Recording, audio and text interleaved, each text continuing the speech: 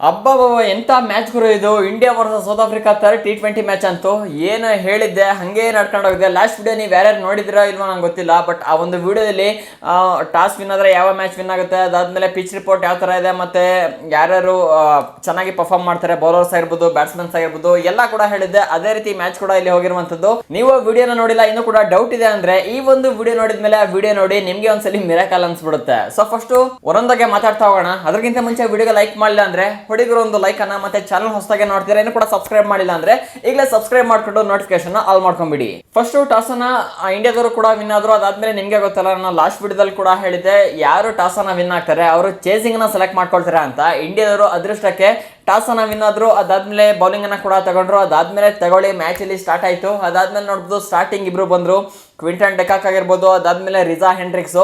Just ಮೂರ್ ಬಾಲಿಗೆ ಇಬ್ರು ಕೂಡ ಅದು ಫಾಸ್ಟ್ ಬೌಲರ್ಸ್ಗೆ ಔಟ್ ಆಗ್ಬಿಟ್ರು ಗುರು. ಇಲ್ಲೊಂದು ಚೇಂಜಸ್ ಕೂಡ ಮಾಡ್ಕೊಂಡಿದ್ರು, ಹರ್ಷಿತ್ ರಾಣಾನ ಕೂಡ ಹಾಕೊಂಡಿದ್ರು.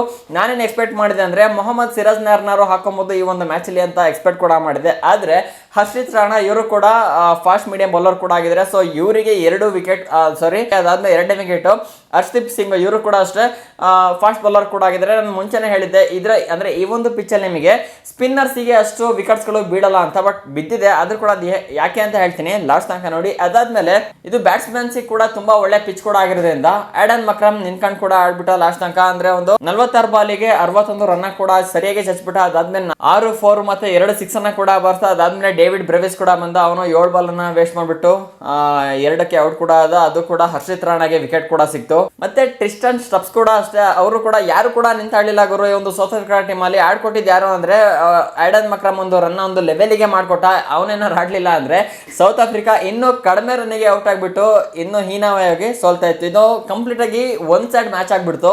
ಇಂಡಿಯಾದವ್ರಿಗೆ ಒಂದು ಈಸಿ ಟಾರ್ಗೆಟ್ ಕೂಡ ಆಯ್ತು. ನಾನು ಆ ವಿಡಿಯೋದಲ್ಲಿ ಏನ್ ಹೇಳಿದೆ ಅಂದ್ರೆ ಒಂದು ದೊಡ್ಡ ಸ್ಕೋರ್ ನ ಮ್ಯಾಚ್ ಆಗ್ಬೋದು ಅಂತ ಅನ್ಕೊಂಡಿದ್ದೆ. ಇದು ಫಾಸ್ಟ್ ಬೌಲರ್ಸ್ಗೂ ಕೂಡ ಒಂದು ಒಳ್ಳೆ ಪಿಚ್ ಆಗಿರೋದ್ರಿಂದ ಇನ್ನಂಗೆ ಗೊತ್ತಲ್ಲ ಇಂಡಿಯಾ ಟೀಮ್ ಅಲ್ಲೂ ಬೌಲರ್ಸ್ ಯಾವ ತರ ಇದಾರೆ ಅಂತ. ಸೊ ಸಖತ್ತಾಗಿ ಕೂಡ ಆಡಿದ್ದಾರೆ, ಮತ್ತೆ ತುಂಬಾ ಕಂಟ್ರೋಲ್ ಕೂಡ ಮಾಡಿರುವಂತದ್ದು. ಅದೇ ರೀತಿಗೆ ಅದಾದ್ಮೇಲೆ ಬೌಲರ್ಸ್ ಕೂಡ ಬರ್ತಾ ಹೋದ್ರು. ಅದಾದ್ಮೇಲೆ ವರುಣ್ ಚಕ್ರವರ್ತಿಗೆ ಈ ಒಂದು ಆಪ್ಷನ್ ಕೂಡ ಸಿಕ್ತು ಬೌಲಿಂಗ್ ಮಾಡುವಂತದ್ದು. ಅದಾದ್ಮೇಲೆ ಅವರಿಗೆ ವಿಕೆಟ್ ಕೂಡ ಬಿದ್ದಿರುವಂತದ್ದು. ಫೆರರ್ ಆಗಿರ್ಬೋದು, ಅದಾದ್ಮೇಲೆ ಮಾರ್ಕೋ ಜೇಮ್ಸನ್ 2 ವಿಕೆಟ್ ವರುಣ್ ಚಕ್ರವರ್ತಿಗೆ ಬಿದ್ದಿರುವಂತದ್ದು, ಅಂದ್ರೆ ಸ್ಪಿನ್ನರ್ಗೆ ಕೂಡ ಬಿದ್ದಿದೆ. ಅದಾದ್ಮೇಲೆ ಆನ್ರಿಚ್ ನಾಟಜೆ, ಅದಾದ್ಮೇಲೆ ಲುಂಗಿನೆಗಡೆ ನಾಟ್ ಔಟ್, ಅದಾದ್ಮೇಲೆ ಆಟ್ನೆಲ್ ಬ್ಯಾಟ್ಸ್ಮನ್ ಕೂಡ ಅಷ್ಟೇ ಕುಲ್ದೀಪ್ ಯಾದವ್ಗೆ ಔಟ್ ಕೂಡ ಆಗಿರುವಂತದ್ದು. ಆಲ್ಮೋಸ್ಟ್ ಎಲ್ಲ ಕೂಡ ಇಲ್ಲಿ ಫಾಸ್ಟ್ ಬೌಲರ್ಸ್ಗೆ ವಿಕೆಟ್ ಕೂಡ ಬಿದ್ದಿದೆ, ಮತ್ತೆ ವರುಣ್ ಚಕ್ರವರ್ತಿಗೆ ಸ್ಪಿನ್ನರ್ಸ್ಗೆ 2 ವಿಕೆಟ್ ಕೂಡ ಇಲ್ಲಿ ಬಿದ್ದಿರುವಂತದ್ದು. ಬೌಲರ್ಸ್ ನ ಔಟ್ ಮಾಡಿದ್ರೆ ಸ್ಟಾರ್ಟಿಂಗ್ ಎಲ್ಲ ಕೂಡ ಇಲ್ಲಿ ಪೇಸರ್ಸ್ ಅಲ್ಲಿ ವಿಕೆಟ್ ಅನ್ನ ತೆಗೆದಿರುವಂತದ್ದು. ಇನ್ನ ಇಂಡಿಯಾ ಟೀಮ್ ಕಡೆ ಬರೋದಾದ್ರೆ ನಾನು ಲಾಸ್ಟ್ ವಿಡಿಯೋದಲ್ಲಿ ಕೂಡ ಹೇಳಿದ್ದೆ ಅಭಿಷೇಕ್ ಶರ್ಮಾ ಚೆನ್ನಾಗಿ ಪರ್ಫಾರ್ಮ್ ಮಾಡ್ಬೋದು ಅಂತ. ಈ ಒಂದು ಮ್ಯಾಚ್ ಅಲ್ಲಿ ಅವರೇ ಜಾಸ್ತಿ ರನ್ನ ಕೂಡ ಹೊಡ್ಕೊಟ್ಟಿದ್ದಾರೆ, ಸುಮಾರು 35 ರನ್ ಕೂಡ ಹೊಡೆದಿರುವಂತದ್ದು. 3 4 ಮತ್ತೆ 3 6 ಅನ್ನ ಕೂಡ ಬಾರಿಸಿದ್ದಾರೆ. ಜೊತೆಗೆ ಶುಭಮ್ ಗಿಲ್ ಸ್ವಲ್ಪ ಸಾಥನ ಕೂಡ ಕೊಟ್ಟರು ಅವ್ರ ಜೊತೆಗೆ. ಅದಾದ್ಮೇಲೆ ತಿಲಕ್ ವರ್ಮಾ ಬಂದ್ರು, ಅವರು ಕೂಡ ಚೆನ್ನಾಗಿ ಆಡ್ಕೊಟ್ರು. ಅದಾದ್ಮೇಲೆ ಸೂರ್ಯಕುಮಾರ್ ಯಾದವ್ ಬರ್ತದಂಗೆ ನಿಗಡಿಗೆ ಔಟ್ ಕೂಡ ಆಗ್ಬಿಟ್ರು. ಇಷ್ಟೇ ಮ್ಯಾಚ್ ಇವರು 3 ಜನ ಮೇಲ್ಗಡೆ ಆಡ್ಕೊಟ್ಟಿದ್ರಲ್ಲ, ಅಷ್ಟೇ ಸಾಕು ಗುರು.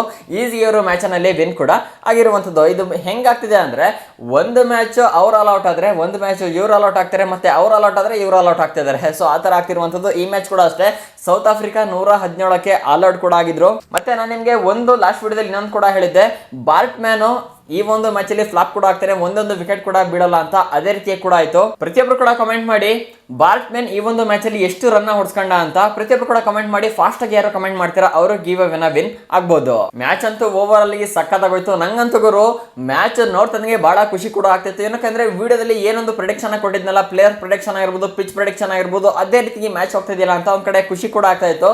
ಸೊ ನೀವು ಕೂಡ ಒಂದು ವಿಡಿಯೋನ ನೋಡಿದಿರಾ ಅಂದ್ರೆ ಪಕ್ಕ ಖುಷಿ ಪಡ್ಕೊಂಡಿರ್ತೀರಾ, ಏನ್ ಗುರು ವಿಡಿಯೋದಲ್ಲಿ ಹೇಳಿರಂಗೆ ಮ್ಯಾಚ್ ಹೋಗ್ತಾ ಇದೆಯಲ್ಲ ಅಂತ. ಹಂಗೆ ಗುರು ವಿಡಿಯೋ ಮಾಡ್ತಿದೀವಿ ಅಂದ್ರೆ ತುಂಬಾ ಕಡೆ ಅನಾಲಿಸಿಸ್ ಕೂಡ ಮಾಡ್ತಿರ್ತೀವಿ. ಸುಮ್ನೆ ಕುತ್ಕೊಂಡು ವಿಡಿಯೋ ಮಾಡೋದು ಹೇಳೋದು ಅಂದ್ರೆ ಅದು ಸರಿ ಕೂಡ ಆಗೋದಿಲ್ಲ. ಹಾಗಾಗಿ ಅನಾಲಿಸಿಸ್ ಮಾಡಿ ವಿಡಿಯೋನ ಮಾಡಿದ್ರಿ ಅಂದ್ರೆ ಅದಕ್ಕೊಂದು ವ್ಯಾಲ್ಯೂ ಕೂಡ ಇರುತ್ತೆ, ಮತ್ತೆ ನೀವು ಕೂಡ ಅದನ್ನ ಇಷ್ಟ ಕೂಡ ಪಡ್ತೀರಾ. ಹಾಗಾಗಿ ಮುಂದೆನೂ ಕೂಡ ಇದೇ ರೀತಿಯ ಅನಾಲಿಸಿಸ್ ಮಾಡ್ತಾನೆ ಇರ್ತೀವಿ. ಮತ್ತೆ IPL ಕೂಡ ಸ್ಟಾರ್ಟ್ ಆಗ್ತಿರುವಂತದ್ದು ಒಂದು ಬೆಂಕಿನ ಎಪಿಸೋಡ್.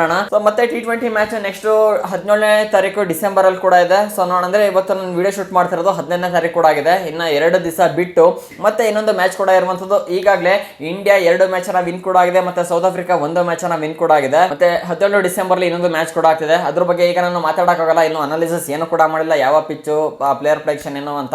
ಇನ್ನೊಂದು ಸಪರೇಟ್ ವಿಡಿಯೋ ಕೂಡ ಮಾಡ್ತೀನಿ, ಆ ಒಂದು ವಿಡಿಯೋ ನೋಡಿ ನೆಕ್ಸ್ಟ್ T20 ಕ್ರಿಕೆಟ್ ಮ್ಯಾಚ್ ನ ಪ್ರೆಡಿಕ್ಷನ್ ನ ನಿಮ್ಗೆ ತಂದ್ಕೊಟ್ಬಿಡ್ತೀನಿ. ನಿಮ್ಗೆ ಈ ಒಂದು ಮ್ಯಾಚ್ ಹೇಗೆ ಅನಿಸ್ತು ಅಂತ ಪ್ರತಿಯೊಬ್ಬರು ಕೂಡ ಕಮೆಂಟ್ ಮಾಡಿ ತಿಳಿಸಿ. ಮತ್ತೆ ವಿಡಿಯೋದಲ್ಲಿ ಏನಾದ್ರು ಫೀಡ್ಬ್ಯಾಕ್ಸ್ ಇತ್ತು ಅಂದ್ರೆ ದಯವಿಟ್ಟು ಕಮೆಂಟ್ ಮಾಡಿ ತಿಳಿಸಿದ್ರು. ಏನಕ್ಕೆ ಅಂದ್ರೆ ಕೆಲವೊಂದು ಮಿಸ್ಟೇಕ್ಸ್ ಗಳು ವಿಡಿಯೋ ಮಾಡ್ಬೇಕಾಗುತ್ತೆ, ಬಟ್ ನಮ್ಗೆ ಅದು ಗೊತ್ತಾಗಲ್ಲ, ನೀವು ನೋಡಿದಾಗಲೇ ಅದು ಗೊತ್ತಾಗೋದು.